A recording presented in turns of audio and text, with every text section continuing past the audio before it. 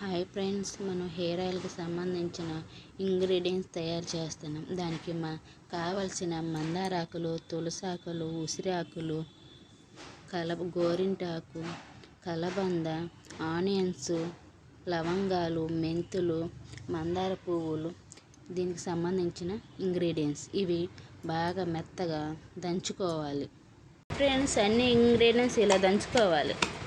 ఇలా దంచుకొని ముద్దలక్క అయ్యాక మనం ఆయిల్ హీట్ చేసుకొని ఆయిల్లో వేసుకోవాలి.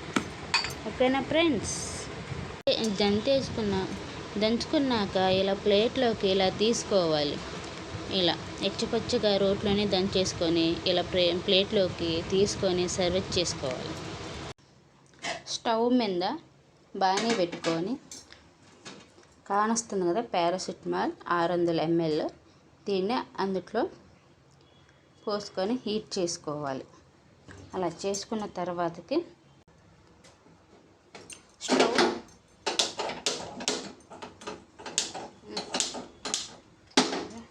స్టవ్ వెలిగించుకొని బాగానే పెట్టుకోవాలి. అది మీడియం ఫ్లేమ్లో హీట్ అవ్వాలి.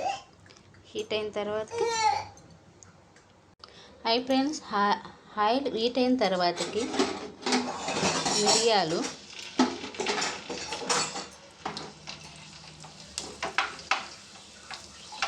కలబంద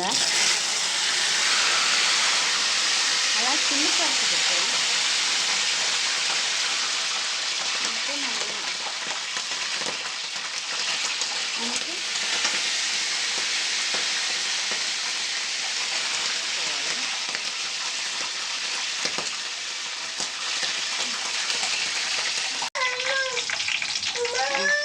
ఆనియన్స్, మందార పూలు,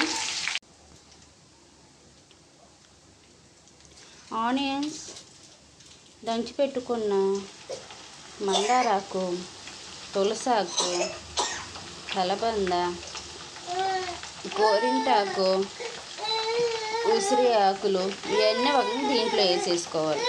వేసేసుకొని గులాబీ రేకులు ఉన్నాయి కదా, గులాబీ రేకులు కూడా వేసేసుకోవాలి. అన్ని ఇంగ్రీడియంట్స్ ఇందులో వేసేసుకొని బాగా మరగనియాలి. బాగా మరిగాక మనం ఇలా తిప్పుకోవాలి.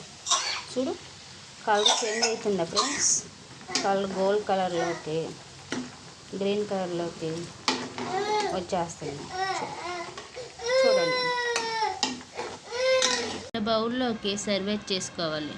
హాయ్ ఫ్రెండ్స్, దీన్ని